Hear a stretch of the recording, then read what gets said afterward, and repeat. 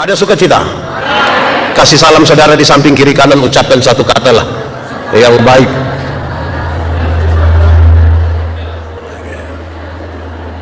Luar biasa. Baik, sekali lagi Bapak Ibu saudara-saudara, shalom.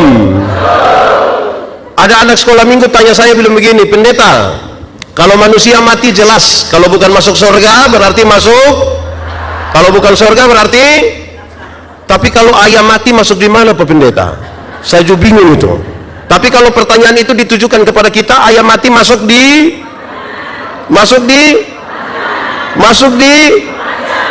tapi kalau dia mati di hutan tetap masuk di wajan juga. Apapun jawaban kita saudara, jawaban itu memberi pesan bahwa manusia berbeda dengan ayam. Dalam kisah penciptaan kita menemukan ketika Tuhan ingin menciptakan ayam, dia cukup berfirman langsung jadi ayam. Waktu cipta sapi cukup berfirman jadi, waktu cipta babi cukup berfirman, waktu cipta seluruh ciptaan dia cukup berfirman dan jadi. Tapi ketika ingin menciptakan manusia, seolah-olah ada hitung-hitungan, seolah-olah ada pertimbangan. Kenapa? Karena kepada manusia akan diberi kuasa untuk menguasai seluruh ciptaan, maka dia tidak boleh sama dengan ayam, tidak boleh. Setelah timbang-timbang terus Tuhan bilang begini, baiklah sekarang manusia diciptakan. Maka dibedakanlah manusia dengan ayam. Apa itu? Ayam hanya diberi satu kehidupan saja. Berapa kehidupan? Satu. Tapi manusia diberikan 3 kehidupan sekaligus. Apa itu? Satu, manusia diberi tubuh yang hidup. Tubuh yang hidup. Tubuh manusia ini hidup semua. Dari ujung kaki sampai ujung kepala hidup semua. Itu hari, waktu itu berat badan kita hanya 37. Sekarang sudah 73. Kenapa? Karena tubuh kita hidup. Waktu itu kita pakai celana nomor 27 kan tidak ada masalah, karena perut rata saja. Sekarang perut sepertinya ada 3, satu di sini, satu lagi. Kenapa? Karena tubuh kita hidup. Saya baru cukur kumis 2 hari lalu, sekarang dia tumbuh sembarang saja. Kenapa? Karena tubuh kita karena tubuh kita hidup. Yang ibu-ibu, yang nona-nona baru cabut alis mata, diukir dengan rapi sekali, harapannya dia tidak tumbuh, tapi ternyata dia tumbuh ke tidak. Kenapa dia tumbuh? Karena tubuh kita hidup. Tapi kalau baru begitu, kita belum beda dengan ayam, karena ayam juga bertumbuh. Kedua, ini tidak ada di ayam. Manusia diberikan jiwa yang hidup. Jiwa itu apa? Manusia diberi akal dan perasaan. Perjumpaan antara akal dan perasaan itu membentuk karakter manusia. Ayam itu ada otak tapi tidak pakai otak, makanya tidak ada sekolah ayam. Yang ada hanya sekolah untuk manusia. Atau di Kutai ada sekolah ayam? Tidak ada. Ayam itu ada hati atau tidak? Ada, namanya hati ayam. Tapi ayam tidak pakai perasaan, makanya ayam tidak pernah cemburu. Di sini ada yang biasa cemburu? Ya, karena dia bukan ayam, bukan ayam. Sudah 2. Yang ketiga, manusia diberi roh yang hidup. Roh itu apa? Roh itu yang menghubungkan manusia dengan Tuhan Allah. Roh itu yang membuat manusia gelisah kalau dia tidak berdoa. Roh itu yang mendorong manusia mencari Tuhan. Saudara lihat sekarang, punya tubuh yang hidup, jiwa yang hidup, roh yang hidup. Berhenti di situ? Tidak, tambah lagi. Gambar dan rupaku kuberikan kepadamu. Gambar dan rupa artinya apa? Hakikat Tuhan Allah yang kekal dan kudus diberikan kepada manusia. Kekal, tidak dibatasi oleh ruang dan waktu. Sempurna sekali, kudus sekali. Dalam ciptaan yang bagus ini baru Tuhan bilang begini, manusia, dunia dan segala isinya kuberikan kepadamu, engkau atur. Dunia mau baik tergantung manusia, dunia mau rusak pun tergantung manusia. Tambah satu kalimat, tolong hafal. Bahkan setan-setan pun harus tunduk kepada manusia. Bahkan setan-setan pun harus tunduk. Sekarang pertanyaannya jadi gampang, tolong jawab kuat dengan penuh iman. Saya mau tanya, kita takut setan atau setan takut kita? Boleh jawab dulu. Kita takut setan atau setan takut kita? Saya lihat saudara ragu-ragu ini. Kita ulang, kita takut setan atau setan takut kita? Atau kita dengan setan bakas takut? Kadang-kadang setan kasih takut kita, kadang-kadang kita kasih takut setan. Yang benar mana? Setan yang takut kita atau kita takut setan? Kerinduan kita, setan takut kita. Kenyataan membuktikan kita takut setan. Kenapa hal itu terjadi? Karena ada kerusakan otoritas dalam hidup kita. Supaya Natal kemudian kita melihat sebagai hal yang sangat penting dalam pemulihan otoritas yang Tuhan berikan bagi kita. Saudara-saudara, biasanya orang kalau ketakutan itu membuat langkah sembarang. Orang kalau ketakutan itu sembarang. Karena dia sudah takut setan itu, saudara. Kalau kita belajar dari nasihat Rasul Paulus kepada jemaat di Efesus, dia bilang begini, doa orang percaya itu seperti panah api yang tembak panah itu roh-roh jahat di udara. Itu iblis ketakutan itu. Tapi saudara tahu, saya tidak tahu di Kalimantan, kami di NTT, banyak ibu-ibu hamil keluar malam mereka tidak berdoa, ambil paku 10 cm tusuk di sini. Di Kalimantan ada begitu? Di Sangatta ada? Itu ibu-ibu ada di sini? Kadang-kadang saya heran, saudara, masa setan takut paku? Kalau setan takut paku, semua gaji beli paku saja. Kadang-kadang saya heran karena kepala itu sudah ditaruh gunting lagi, paku lagi, sisir besi lagi, korek api. Sebenarnya itu kepala ke toko bangunan itu. Ada yang salah dalam kita pun perjalanan ini. Amin kah? Saya mau tanya, kita tolong jawab. Kalau tangan kanan gatal artinya? Tangan kanan gatal artinya? Mau dapat uang. Lalu saudara kerja di Polri untuk apa? Saudara-saudara, kalau tangan kanan gatal artinya dapat uang, maka orang Koreng itu pasti kaya raya. Itu bukan tangan kanan saja yang gatal, semua gatal habis itu. Alkitab bilang kepada kita, satu-satunya cara untuk dapat berkat ialah kerja. Apa? Kerja. Kerja bukan begatal, kerja. Jemaat, saya bawa materi di banyak tempat di kota-kota di Indonesia. Habis bawa materi biasa ada yang datang bilang begini, Pak Pendeta Yandi, yo kita foto-foto dulu. Oh boleh. Pas kami mau foto ada yang datang bilang begini, jangan 3 orang, jangan 3 orang. Saya mau tanya kita dulu, kalau foto 3 orang nanti kenapa? Kalau foto 3 orang nanti kenapa? Yang tengah mati. Wah, kalau begitu bunuh orang ya gampang-gampang saja. Tinggal saudara bayangkan, orang ketakutan selalu mengambil langkah yang bodoh, tidak beriman, dan sangat bermasalah. Satu saat minggu kedua bulan Desember di NTT itu intensitas hujannya sangat kecil. Bulan Desember minggu kedua hujan belum turun. Bersama beberapa orang di gereja terus saya bilang begini, hujan belum turun ya. Dorang bilang begini, proyek Pak, proyek. Jadi saya heran apa urusan proyek dengan hujan. Dorang bilang begini, akhir tahun begini Pak, proyek pemerintah banyak.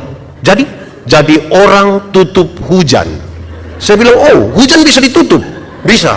Bagaimana cara tutup? Saya bayangkan penjelasannya ilmiah. Ilmiah artinya masuk akal dan bisa dipertahankan terus menerus. Saya bayangkan awan hitam yang sudah berkumpul itu tembak pakai sinar laser kah, atau pakai efek kaca pantul cahaya. Saya bayangkan kira-kira begitulah.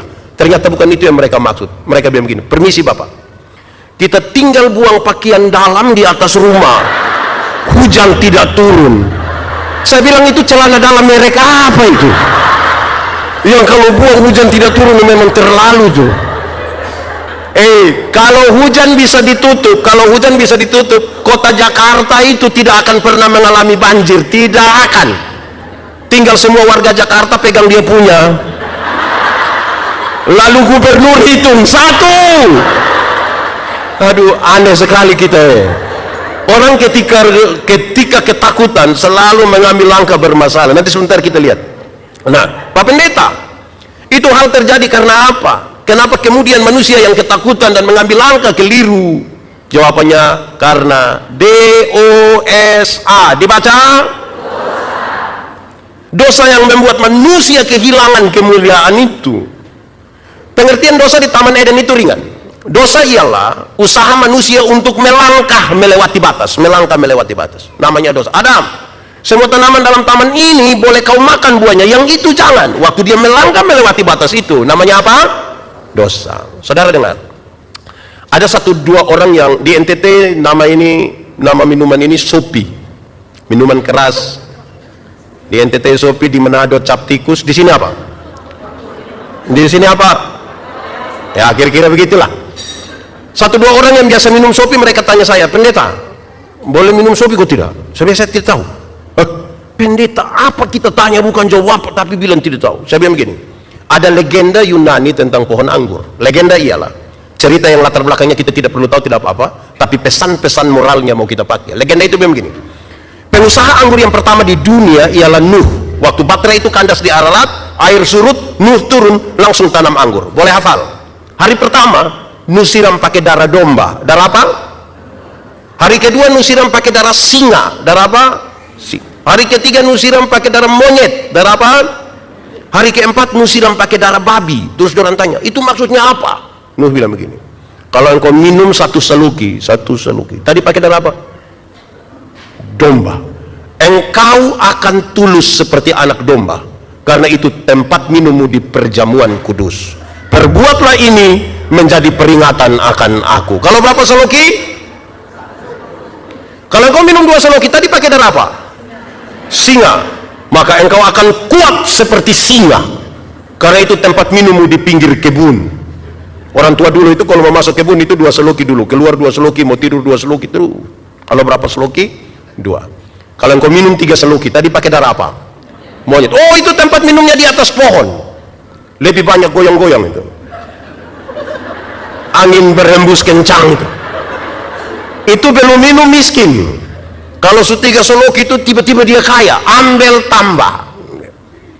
Di 3 seluki itu ceritanya tinggi, suara tinggi, isinya juga tinggi. Dan saudara tahu, ada banyak istri kena pukul di 3 seluki itu. Ada banyak. Saya mau tanya, di sini ada suami-suami yang biasa pukul istri? Saya balik saja pertanyaannya. Ibu-ibu yang biasa kena pukul dari suami, coba angkat tangan. Jangan. Berani angkat tangan pulang kena pukul kembali lagi. Saya tidak tanggung jawab di situ. Kalau engkau minum 4 seloki, tadi pakai darah apa? Babi. Permisi minta maaf, lihat babi itu makan di mana, tidur di situ, muntah di situ, buang air besar di situ, semua jadi satu di situ. Orang tanya, jadi bapak kita berapa seloki? Lu pilih sendiri saja berapa di situ. Boleh jawab, minum air susu itu baik atau tidak? Baik kalau 1 gelas. Tapi coba minum air susu 1 ember, bisa gila itu. Kalau susu yang bermanfaat saja melewati batas bisa masalah, apalagi sopi. Pak Pendeta, kami di sini 1 seloki saja Bapak, tapi ulang-ulang. Kira-kira kita. Lalu saudara lihat, waktu manusia jatuh dalam dosa, kan ini dia sudah ikut jalan lain ini. Bagaimana tubuh, jiwa, roh yang tadi Tuhan kasih dengan sangat baik. Supaya kita memahami Natal dalam perspektif itu, pulanglah mereka ke negerinya melalui jalannya, tidak lagi lewat jalan itu. 1, tubuh yang terkontaminasi dosa mengalami 2 pergeseran yang serius. 1, tubuh yang terkontaminasi dosa melecehkan perempuan. Adam, kenapa kau makan ini buah? Dia bilang, itu perempuan yang Tuhan kasih itu yang membuatkan saya jadi masalah ini. Ini kalimat yang sungguh berbeda ketika pertama kali Adam baru melihat Hawa. Waktu Adam baru melihat Hawa, dia bilang begini, dialah tulang dari tulangku, daging dari dagingku. Pakai bahasa yang lebih ringan, Adam mau bilang begini, Hawa, engkau punya tulang itu saya pun tulang, engkau pun daging saya pun daging. Kalau engkau sakit saya sakit, engkau senang saya senang, engkau susah saya susah. Engkaulah tulang dari tulangku, daging dari dagingku. Itu waktu belum jatuh dalam dosa.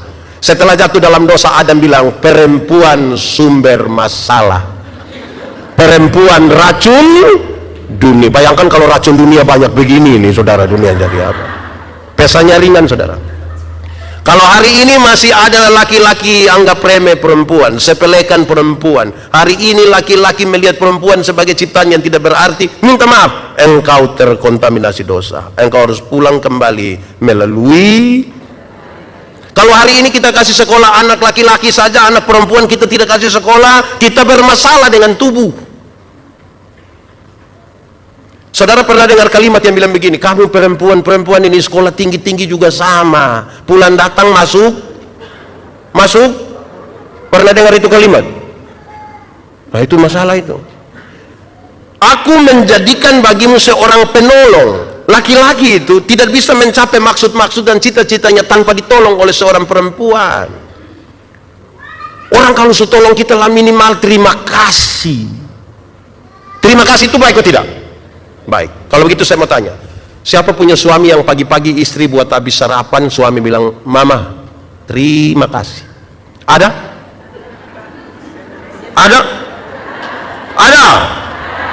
Saya lihat ibu-ibu melindungi suami ini. Ini suami-suami ibu buat sarapan mereka tidak terima kasih, tapi istirahat kantor makan di warung sudah bayar lagi terima kasih lagi. Kadang-kadang janji itu, mbak yuk sebentar saya datang lagi ya. Wah, ini jadi soal. Nah, saudara lihat, saya melayani kira-kira 5 tahun di satu pulau kecil di bagian selatan Nusa Tenggara Timur. Waktu itu saya belum menikah. Kalau jemaat lewat, saya sementara cuci pakaian di sumur, mereka bilang begini, pendeta, yo, makanya. Saya bilang, makanya apa?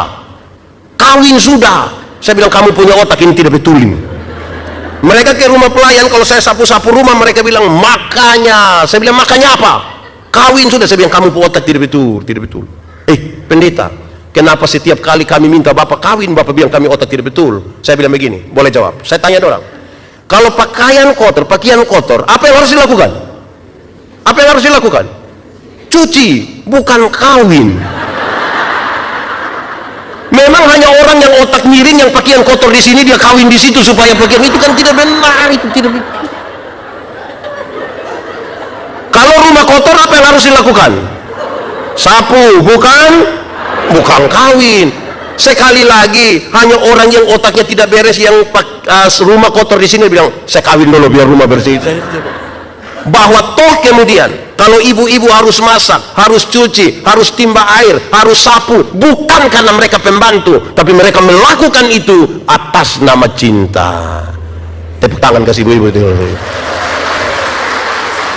Iya, supaya mereka juga kelihatan ada waktu untuk urus diri. Saya lihat ibu-ibu ini hari ini kan pergi ke salon semua tuh, datang sini kan bagus-bagus lah, segar-segar begitu. Ya, baik saudara. Itu pertama, tubuh terkontaminasi dosa melecehkan perempuan. Tapi yang kedua, tubuh yang terkontaminasi dosa mulai memberhalakan bagian-bagian tubuh tertentu. Bagian-bagian tubuh tertentu jadi berhala baru. Maksudnya begini, dulu Adam dan Hawa itu mereka berdua telanjang saja, tapi tidak ada masalah. Adam telanjang ikut situ, Hawa telanjang ikut situ, tidak ada masalah.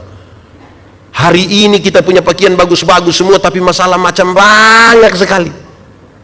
Kenapa? Bagian-bagian tubuh tertentu jadi berhala baru. Saya kasih contoh. Kalau saudara ikut semua iklan kecantikan kulit di televisi, seluruh iklan kecantikan kulit di televisi mengarahkan saya dan saudara untuk ambil kesimpulan, seolah-olah kalau orang kulit putih itu lebih baik dari kulit hitam. Warna kulit saja jadi berhala baru. Akhirnya setiap kali yang kulit putih berdiri di depan, yang kulit hitam itu macam gelisah bagaimana ya, dia macam tidak beres gitu. Ada lagu dulu bilang, biarlah yang hitam jangan harapkan, mau pakai okir juga tidak bisa. Saudara pakai pemutih hanya di wajah saja, leher ke bawah gelap lagi, dan saudara akan semakin bermasalah dengan tubuhmu. Warna kulit saja di berhala baru. Coba saudara ikuti seluruh iklan kecantikan rambut di televisi. Seluruh iklan kecantikan rambut di televisi mengarahkan saya dan saudara untuk mengambil kesimpulan seolah-olah kalau orang rambut lurus itu lebih baik dari rambut keriting. Saya protes, saya berkhotbah dalam banyak acara mendorong budaya positif Valentine. Saya bilang begini, di hari kasih sayang ini, yang paling akan menikmati belayan seorang suami adalah mereka yang rambut keriting, bukan yang rambut lurus. Ya bisa begitu pendeta? Iya, yang rambut lurus itu kalau kita belai mungkin karena lurus jadi licin lah. Yang lurus kalau kita belai pasti bilang sayang, itu tidak dapat itu. Masa sayang, tidak ada kesan itu, tidak ada. Yang keriting itu kalau dibelai menarik. Yang keriting kalau dibelai itu pasti gini, sayang, lebih dapat. Jadi saudara jangan gelisah hanya karena rambut keriting. Amin kan? Hari ini saudara, bahkan berat badan saja menjadi berhala baru. Berat badan ini, seolah-olah seorang perempuan cantik harus tinggi 170, berat badan 48 kg, jadi proporsional sekali. Akhirnya banyak ibu-ibu tidak makan malam, mereka hanya telan ludah malam. Asam lambung naik baru mereka berdoa, dalam nama Yesus tidak akan sembuh, tidak akan. Rubah dulu cara pandang kita terhadap kemanusiaan, terhadap diri sendiri. Siapa melihat dirinya dengan baik, menemukan karunia-karunia yang Tuhan kasih untuk dia eksplor, itu menjadi berkat bagi orang lain. Saudara, kerusakan kemanusiaan oleh karena tubuh yang terkontaminasi dosa seringkali terjadi di rumah. Seringkali terjadi di rumah. Contoh, kalau ada bapak-bapak kita tanya, "Bapak, anak berapa orang Pak Pendeta?" Anak ada berapa orang? Saya punya anak ada 4 orang Pak Pendeta. Terus dorang sudah kerja di mana?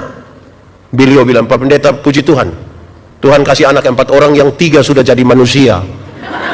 Anaknya 4 orang, yang sempat jadi manusia berapa? Saya tidak tahu yang 1 itu apa, saya sendiri juga tidak tahu. Ada yang bisa bantu kasih tahu saya? Yang 1 itu apa? Kalau dia jadi pendeta, manusia atau bukan? Kalau jadi ASN, kalau jadi anggota dewan, kalau jadi bupati, kalau jadi polisi. Tapi anak-anak, kalau kamu tamat SMA dan kamu tidak ada kerja, kamu punya papa mama bilang kamu bukan manusia. Jadi cara pandang dan hormat kita kepada manusia kadang-kadang ditentukan oleh jabatan, oleh hal-hal yang melekat kepadanya sebagai status. Dan kita lupa bahwa kenapa saya harus menghargai seseorang, karena pada dirinya ada gambar dan rupa Allah. Itu yang harus diingat. Saudara, hal ini serius. Karena banyak orang timur tidak ingin menjadi orang timur. Mereka ingin menjadi orang barat. Tidak sempat jadi orang Eropa, akhirnya mereka jadi orang apa, kita juga tidak tahu lagi. Tapi penerimaan pada diri ini jadi masalah. Apa maksudnya? Yang saya mau pesankan itu begini. Kalau hari ini masih ada orang-orang Indonesia Barat merasa lebih baik dari Indonesia Timur, Anda bermasalah dengan tubuhmu. Kenapa? Karena kita semua tidak pernah memilih. Waktu Tuhan mencipta saya, Tuhan tidak pernah tanya, Yandi, yo, engkau mau Timur ke Eropa? Tuhan tidak tanya, langsung jadi. Atau ada di antara kita yang Tuhan tanya? Tidak ada kan? Mengelola sebuah kebersamaan dalam tubuh yang sehat, kita harus kelola kebersamaan seperti hari ini. Kan kita berbeda-beda kan? Harus kita kelola dia seperti makan kolak. Tahu kolak? Tahu kolak atau tidak? Pernah makan kolak? Kolak terdiri dari apa ibu-ibu? Pisang, ubi, santan, gula. Sudah jadi namanya? Setelah jadi kolak kita makan pisang, masih rasa pisang ke tidak? Masih. Tapi ada cita rasa baru yang ditambahkan sebagai bagian dari sebuah kebersamaan. Tidak ada upaya untuk saling menghilangkan satu dengan yang lain. Kita bisa berkumpul bersama-sama. Pisang, ubi, santan itu bisa kumpul sama-sama di panci ke apa kah? Atau siapa di antara kita yang dia mau makan kolak, dia makan ubinya di sana, pindah makan pisang lagi di sana, pindah lagi minum santan di sana, baru terakhir dia duduk di atas kompor di sini. Kan tidak begitu. Semua bisa bergabung di satu tempat yang sama. Jangan kelola kita punya kebersamaan seperti minum kopi. Tahu kopi? Pernah minum kopi? Kopi terdiri dari apa? Kopi, air, gula. Sudah jadi namanya? Lalu yang lain punya nama? Kopi itu egois sekali. Kita semua tapi nama mesti dia. Kita semua tapi nama mesti dia. Terlalu bikin diri intilah. Tidak bisa. Kelola itu semua orang menjadi penting. Itu bagian pertama. Bagian kedua, roh. Jiwa. Jiwa yang terkontaminasi dosa, perjumpaan antara akal dan perasaan sudah tidak lagi berimbang. Karena sudah tidak lagi berimbang, emosi menjadi meluap-luap. Kain tega sekali membunuh adiknya Habel. Karena perjumpaan akal dan perasaan yang tidak berimbang, puncaknya adalah Kain tega sekali membunuh adiknya Habel. Kenapa nyanyian para malaikat ketika Yesus lahir harus dinyanyikan di padang belantara? Ini kisah yang tidak bisa dipisahkan dari kisah dalam Kejadian pasal 4. Di Kejadian pasal 4 kisah tentang Kain dan Habel. Di padang itu di mana kakak adik mesti sayang, padang itu di mana kakak adik mesti berbagi, di padang itu kakak adik mesti menikmati alam semesta dengan baik. Justru di padang itu Kain tega sekali membunuh adiknya Habel. Karena itu nyanyian perdamaian dari sorga pertama-tama mesti dinyanyikan di tempat-tempat di mana persaudaraan bermasalah, kasih bermasalah. Ini menjadi serius dalam persekutuan saudara dan tempat di mana kita kerja. Kenapa? Ingat, tidak semua senyum tulus. Kita bisa kerja di satu tempat yang sama, mengabdi di satu tempat yang sama. Tapi ingat, sekali lagi, tidak semua senyum tulus. Saya bisa datang, saya bilang, "Shalom," saudara bilang, "Shalom." Saya lewat, baru saudara bilang, Ada teori dalam begini, laki-laki melihat perempuan, tapi perempuan melihat perempuan. Laki-laki melihat perempuan, tapi perempuan melihat perempuan. Kami laki-laki, bapak-bapak, suami-suami, kalau kami duduk sama-sama begini, tiba-tiba ada seorang perempuan cantik lewat, itu serempak kami punya kepala akan begini. Tapi kalau istri ada duduk di sebelah dan lihat begitu akan jadi masalah. Perempuan cantik itu lewat, kami punya kepala tetap saja. Hanya mata yang pindah begini. Laki-laki melihat perempuan, tapi perempuan melihat perempuan. Yang ibu-ibu, yang nona-nona duduk sama-sama, ada laki-laki ganteng masuk, mereka biasa saja, standar saja, tidak histeris. Kalau ada yang bereaksi, ringan reaksinya. Tapi jangan coba-coba yang masuk itu ibu-ibu. Tas agak besar, rok agak pendek, sepatu agak tinggi. Wih, coba saudara lihat ibu-ibu punya siku dan bibir. Itu ibu pas masuk, dia pakai siku, korek teman di sebelah, dia korek begini. Pas di sebelah lihat, dia pakai bibir, baru bilang begini.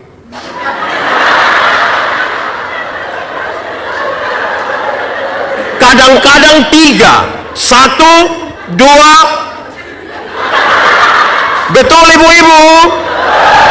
Itu ibu-ibu ada di sini. Pakai baju warna merah. Itu masalah. Ini serius bagi kebersamaan. Saudara tahu, orang yang jiwanya bermasalah itu sedikit-sedikit tersinggung. Sedikit-sedikit tersinggung. Sedikit-sedikit tersinggung. Tersinggung kok sedikit-sedikit. Orang baru lihat dia suka, kau lihat apa? Makanya kalau dia tersinggung di orang banyak, orang NTT suka bilang begini, aneh betul. Saudara, interpretasi hanya boleh dibangun di atas data. Kalau tidak, kita jiwa bermasalah. Maksudnya begini, ada satu perempuan dewasa, laki-laki dewasa, dorang dua bukan suami istri. Dorang masuk satu kamar, kunci pintu, kasih mati lampu lagi. Saudara duduk begini, terus saya datang, saya tanya, siapa di itu kamar? Saudara bilang, Pak ini dan Ibu itu. Bagus. Pertanyaan kedua, dorang dua ada buat apa di situ? Yang jiwanya bermasalah akan bilang begini, tahu sendiri Pak. Tahu apa? Kok saya tidak tahu? Kenapa suruh saya tahu barang yang saya tidak tahu? Harusnya kalau saya tanya, mereka dua ada buat apa di situ? Cukup bilang, minta maaf pendeta, saya tidak. Tapi kalau bilang tahu sendiri Pak, itu positif atau negatif? Makanya kalau mau tambah yang positif. Dorang dua ada buat apa di situ? Minta maaf Pak Pendeta, saya tidak tahu. Kemungkinan besar dorang dua ada berdoa Bapak. Hei, kok saudara tidak yakin mereka berdua berdoa? Hei, ini bahaya ini. Orang yang jiwanya bermasalah itu orang lain yang beli motor, dia yang tidak tidur di rumah. Woi, kamu cek dulu. Cek apa? Tidak tahu dia kredit tak cash ya. Orang punya urusan, kenapa kita yang suka kepo-kepo di orang itu? Di sini ada kak? Wih, ibu-ibu, ada yang tinggal di asrama? Ada kok? Wih, kita tinggal di asrama tuh dekat-dekat. Kalau jiwa kita bermasalah, yang di sebelah itu kalau tumis sayur saja, minyak panas ditaruh bawang kan minyak. Yang sebelah tidak mau kalah, dia bilang kasih panas minyak, kasih panas. Anak-anak kasih panas, baru bilang mama bawang tidak ada. Sudah lu percik-percik air juga tidak apa-apa, yang penting. Wih, hidup kalau begini nih kita, wih, berat itu. Saudara dengar, ini pulanglah mereka ke negerinya melalui jalan lain. Itu kalimat terakhir. Ketika Majus mencari Yesus, mereka singgah di Herodes, bertanya. Herodes seorang politisi yang dia bukan dari daerah itu, tapi kemudian dengan luar biasa dia menjadi pimpinan di situ. Ketika dengar ada seorang raja baru lahir, dia sangat terganggu. Maka kemudian dia bilang kepada Majus, kalau kamu menemukan raja baru itu, tolong bilang kepada saya supaya saya datang menyembahnya. Setelah diperingatkan dalam mimpi, mereka tidak boleh kembali melalui jalan itu, karena jalan Herodes itu jalan penuh rencana jahat, penuh tipu-tipu di situ. Supaya yang biasa tipu-tipu itu berhenti, sudah, tidak usah tipu. Saya mau tanya kita, tipu itu boleh kok tidak? Tipu boleh kok tidak? Kalau untuk kebaikan kita tipu boleh? Apa? Saya ulang, tipu boleh kok tidak? Kalau untuk kebaikan kita tipu boleh? Tidak boleh. Tidak ada tipu untuk kebaikan. Tipu itu tipu. Satu tipu akan melahirkan tipu baru. Papa, kenapa tidak ke gereja? Perasaan pendeta tanya, dia bilang, Pak Pendeta saya sakit. Ini tipu ini. Kita ketemu dia punya istri, kita bilang mama, bilang papa sakit. Karena ibu tidak tahu, ibu bilang tidak. Kita ketemu beliau, kita bilang papa, ibu bilang papa tidak sakit ma. Terus dia bilang, sebenarnya saya sakit tapi belum kasih tahu ibu. Kita ikuti lagi. Alkitab bilang, bapak dari segala penipu ialah iblis. Pada waktu kita tipu, kita punya papa punya nama iblis. Ada satu anak kecil umur 1,5 tahun baru belajar bicara. Dia punya bapak kepala desa. Ini anak ini setiap kali dia mau kencing, dia minta dia punya bapak yang kasih kencing. Tapi kan dia punya bapak rasa, ya, saya pejabat di kampung ini, anak kecil suruh saya kasih kencing lagi bagaimana? Akhirnya dia ajar dia punya anak, dia bilang, nak, kalau nak mau kencing, bilang saja kalau anak mau menyanyi. Nah, ini jurus berhasil ini. Setiap kali papanya duduk sama staf di situ, ini anak mau kencing, dia datang dan bilang, papa, Adi mau menyanyi. Dia pun bapak sengaja putar-putar, keluar kasih kencing itu anak, selesai. Satu saat papa mamanya berangkat ke Jakarta, titip ini anak di dia punya om dorang. Malam-malam ini anak mau kencing, dia kasih bangun dia punya om, yo, Adi mau menyanyi. Dia punya om karena tidak tahu, dia punya om, jangan ini sudah tengah malam ini, jangan. Ini anak rasa tidak bisa. Om, yo, Adi mau menyanyi. Dia pun tidur, nanti bayi di sebelah marah itu tidur. Wah, ini anak sudah tidak bisa lah. Dia bilang, om, ya, Adi sudah tidak bisa. Adi harus menyanyi sudah. Dia punya om sudah kesian toh. Dia pun sudah. Kalau begitu nah, Adi menyanyi pelan-pelan di om punya telinga saja. Ini anak bangun dia kencing di dia punya om punya telinga. Saya mau tanya kita dulu, siapa yang salah sebenarnya ini? Bapak atau om? Bapak atau om? Om atau bapak? Bapak atau om? Kenapa bapak yang salah? Hendaklah kalau benar katakan, salah katakan, iya katakan, tidak katakan, menyanyi katakan, kencing katakan, berani yang kau rubah sedikit. Kan kasihan itu om. Jadi supaya pulanglah lewat jalan yang tidak penuh tipu-tipu itu. Saudara, Yesus bilang begini, akulah jalan. Dia bukan tidur antara dunia dan sorga. Siapa mau masuk sorga jalan ikut dia pun kaki begitu. Jangan gelisah hatimu. Apa yang selalu membuat engkau gelisah? Masalah tadi, jangan gelisah. Akulah jalan keluar, akulah metode, akulah cara. Tidak ada hal yang tidak bisa diselesaikan dengan cara Yesus. Saya mau tanya saudara dulu, saudara ada masalah kah? Memang lebih baik tidak usah omong, karena saya lihat ini muka bermasalah semua. Masalah ialah kesenjangan antara harapan dan kenyataan. Mari kita lihat beberapa contoh. Tuhan Yesus bilang begini, ada satu saat seorang perempuan berzina kena tangkap. Supaya nanti kalau dikutim ada yang berzina, urus saja pakai cara Tuhan Yesus. Karena barang siapa percaya kepadaku melakukan pekerjaan-pekerjaan yang aku lakukan. Ini perempuan berzina kena tangkap, ini dibawa kepada Yesus. Menurut hukum setempat, dia harus dilempar dengan batu sampai mati. Tuhan Yesus tanya, siapa yang merasa diri tidak berdosa silakan angkat batu dan lempar duluan. Ada yang lempar? Mereka pulang semua. Tuhan Yesus tanya, dorang di mana? Dorang sudah pulang. Engkau pergilah dan jangan berbuat dosa lagi. Engkau pergilah dan jangan berbuat dosa lagi. Tuhan Yesus tidak kompromi dengan dosa. Dosa tetap dosa. Tetapi kepada perempuan pendosa itu Tuhan Yesus beri kesempatan baru. Masa lalu tidak bisa dirubah, tapi sekarang masa depan mau dirancang di dalam nama Tuhan. Sekarang saya mau tanya duluan suami-suami. Suami-suami, di sini tidak ada suami. Nyong-nyong semua ya. Suami-suami, kalau satu saat ketahuan istrimu berselingkuh dengan teman kantor, bisa urus kah pakai cara Yesus? Cari istri terus bilang begini, mama pergilah dan jangan berbuat dosa lagi. Bisa? Banyak suami tidak akan begitu. Mereka bilang pergilah dan jangan pulang lagi. Saya mau tanya yang istri-istri, kalau satu saat ketahuan suamimu berselingkuh, bisa urus kah pakai cara Yesus? Coba cari papa terus bilang begini, papa pergilah dan jangan berbuat dosa lagi. Pasti papa bilang begini, puji Tuhan. Ada banyak istri tidak begitu. Ketika ketahuan suaminya berzina, dia pakai bahasa kupang, dia berdiri baik-baik, dia bilang begini, lu kira lu sendiri yang bisa? Jangan lihat umur 40 tahun begini papa, tapi berapa yang kecewa. Ini kalau urusannya begini kita salah. Satu saat ini kita ada menuju tahun politik dan ini serius. Bahkan bukan soal politik, di sini ada orang korpri juga. Satu-satu Tuhan Yesus urus orang bertengkar rampas jabatan. Supaya nanti kalau dikutim ada yang rampas jabatannya, urus saja pakai cara Yesus. Murid-murid sementara bertengkar, siapa terbesar di antara mereka? Yakobus bilang dia, Petrus bilang dia, Andreas bilang dia. Tuhan Yesus tidak marah.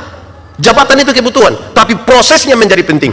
Tuhan Yesus ambil seorang anak kecil, taruh di antara mereka. Tuhan Yesus bilang begini, barang siapa mau menjadi yang terbesar di antara kamu, hendaklah dia menjadi yang terkecil. Selesai. Tidak pakai pendekatan dengan sekda, tidak pakai bawa ayam. Ada potongan video saya yang beredar cukup luas, kan saya berkhotbah di sebuah ketegangan antara pemerintah dan wakil rakyat waktu itu. Saya kasih tahu orang, pendeta Yandi begini-begini, tapi dia pernah jadi ketua Panwaslu. Tahun 2009 saya ini ketua Panwas ini. Saya begini-begini ketua. Saya juga heran. 1-2 caleg datang kepada saya dan bilang begini, pendeta, yo, kira-kira saya bisa jadi anggota dewan kok tidak? Saya bilang yang macam bapak begini tidak bisa. Kok pendeta yakin sekali? Ya saya yakin. Kenapa bapak yakin? Bapak ini saya minta tolong jadi penatua atau diaken yang urus 20 kakak saja, bapak tidak mau. Tapi bapak mau urus kami begini, saya yakin tidak jadi. Habis pemilu ternyata dia tidak terpilih. Dia datang cari saya dengan pendeta. Iya, ternyata bapak punya mulut panas betul. Saya bilang ini bukan mulut panas, engkau yang tidak terbiasa setia pada perkara-perkara yang kecil. Firman Tuhan bilang, kalau engkau setia pada perkara kecil, kepadamu dianugerahkan perkara yang besar. Anugerahkan itu berarti duduk diam-diam, nanti dia kasih. Bukan nanti pas mau apa baru datang kasih tahu bilang, Pak Pendeta kita 2 keluarga. Saudara apa muka beda? Kan tidak bisa begitu. Dibangun secara sengaja dari kecil. Satu saat Tuhan Yesus urus sebuah sebuah dilema pajak. Dimulai dari pertanyaan yang risikonya besar sekali. Bukan soal jawaban gampang kok tidak, risikonya. Boleh bayar pajak kepada kaisar atau tidak? Ini pertanyaan. Kalau Tuhan Yesus bilang boleh, maka ribuan orang pengikut Yesus akan meninggalkan Yesus karena pajak waktu itu terlalu berat. Tapi kalau Tuhan Yesus bilang tidak boleh bayar pajak kepada kaisar, maka Tuhan Yesus akan dianggap memprovokasi masyarakat untuk lawan pemerintah. Dia pasti akan ditangkap. Tuhan Yesus bilang begini, tunjukkanlah kepadaku koin untuk pembayaran pajak itu. Tuhan tanya, gambar dan tulisan siapa ini? Kaisar. Berikan kepada kaisar apa yang wajib kamu berikan, dan berikanlah kepada Tuhan apa yang wajib kamu berikan. Ini bukan soal persembahan, perpuluhan uang, persembahan uang, bukan soal kolekte. Gambar dan tulisan siapa ini? Kaisar. Karena di sini ada gambar dan tulisannya, kasih kaisar. Tapi Alkitab mengatakan kamu adalah gambar dan tulisan Allah. Berikan uangmu pada kaisar, tapi berikan dirimu pada Tuhan dan bukan uangmu. Supaya jangan ada orang bilang begini, Pak Pendeta, saya memang tidak ke gereja Bapak, tapi saya punya persembahan pergi terus. Di surga tidak ada kios jual super mie di sana itu. Saudara lihat, jiwa yang bermasalah selalu akan punya masalah di sekitar ini. Ada satu waktu Tuhan Yesus urus sebuah kesenjangan sosial. Kalimat yang Tuhan Yesus pakai itu agak sedikit bermasalah itu. Tuhan Yesus bilang begini, kalau ada orang menampar pipimu yang kanan, nanti tolong berikan pipimu yang kiri. Di sini ada yang sudah bisa kah? Saya taruh di sini baru bilang, pendeta minta maaf ini lagi ini Tuhan. Ada.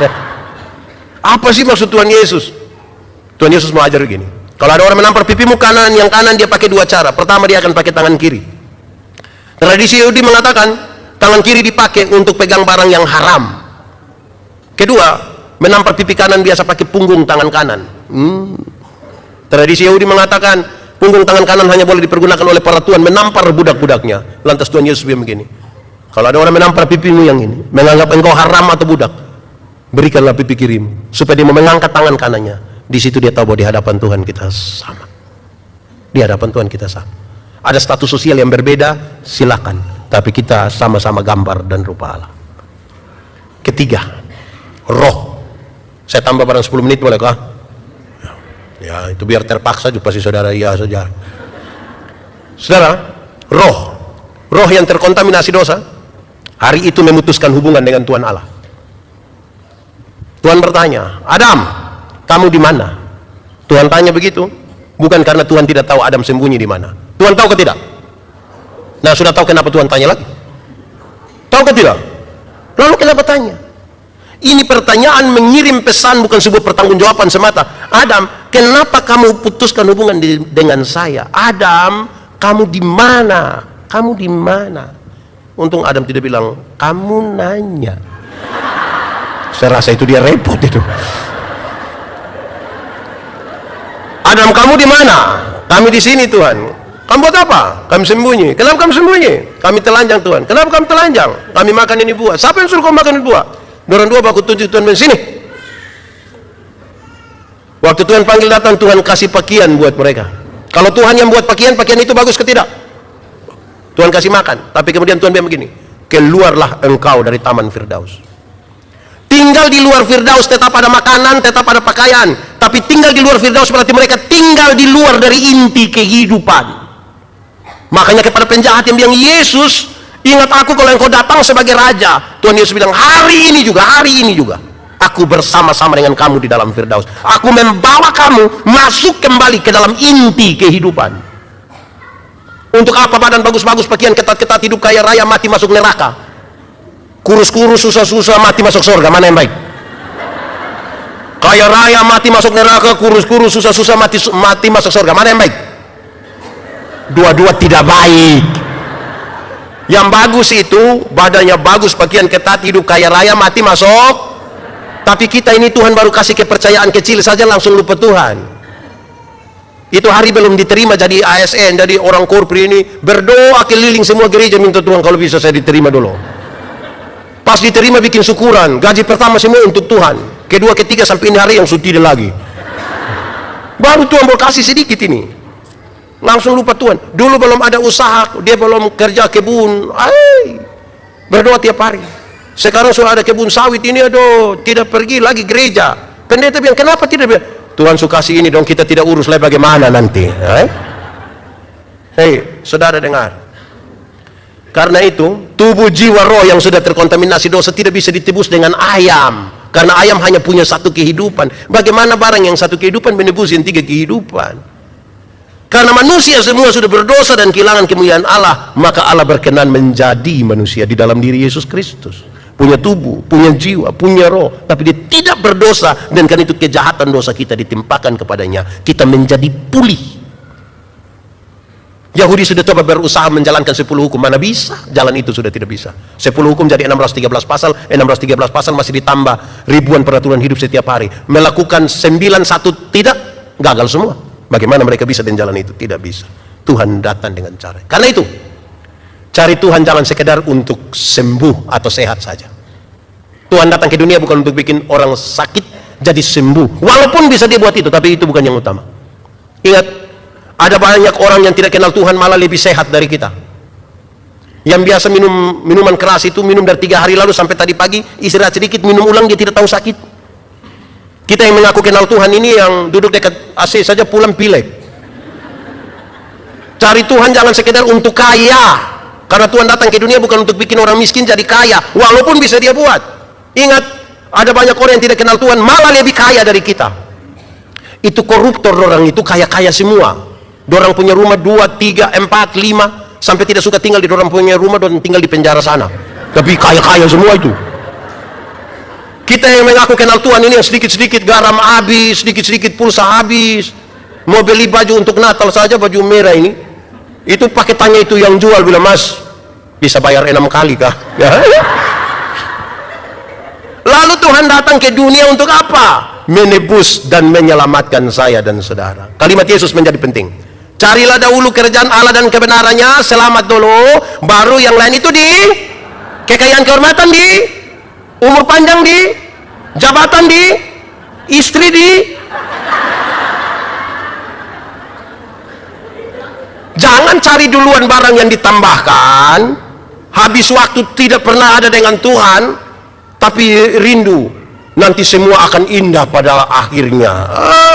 Tidak bisa. Saya akhiri, saudara, beredar di grup-grup WA bilang begini, kalau kita cari yang duniawi saja di grup, saya kira saudara tahu, saya ulang saja mengakhiri khotbah ini. Saudara, dia bilang begini, kalau sudah umur 50 tahun, ibu-ibu kalau umur 50 tahun, cantik atau tidak cantik sudah tidak penting lagi.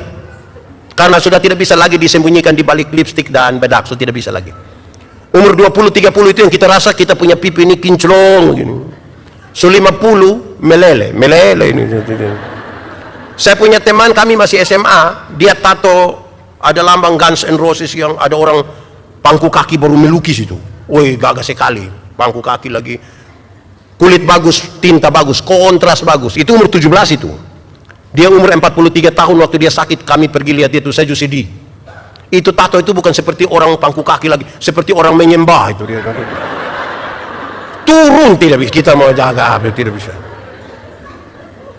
Kalau ibu-ibu, orang tanya bilang, ibu umur berapa sekarang? Terus ibu bilang 50. Terus dia sengaja kaget, hah? 50? Macam baru 35. Jangan percaya, jangan percaya, jangan percaya. Masa umur 50 macam 35? Nah yang 15 di mana? Kalau ibu jalan sama-sama dengan ibu punya anak perempuan, terus tanya, yang ini siapa? Ini anak perempuan saya yang pertama. Terus dia sengaja kaget, anak perempuan macam kakak adik saja. Jangan percaya, jangan percaya. Masa ibu sama anak macam kakak adik? Kalau ibu sama anak macam kakak adik, hanya dua kemungkinan. Pertama, kemungkinan besar itu anak wajahnya terlalu tua, ketuaan dia, jadi. Atau yang kedua, jangan-jangan ibunya menikah terlalu muda, mungkin umur 7 tahun sudah nikah. Jadi jangan 50. Di umur 60 tahun ada jabatan atau tidak ada jabatan sama saja, sudah pensiun. Waktu kita aktif itu yang kita datang, siap laksanakan hormat, selanjutkan job, itu aktif. ASN orang itu kalau sudah pensiun, mau terima pensiun di kantor pos ini, aduh, anak kecil yang baru honor 3 bulan ini, dia lihat kita dari Jawa, dia bilang pakai bahasa Kupang, dia bilang, tua, aman kah tua?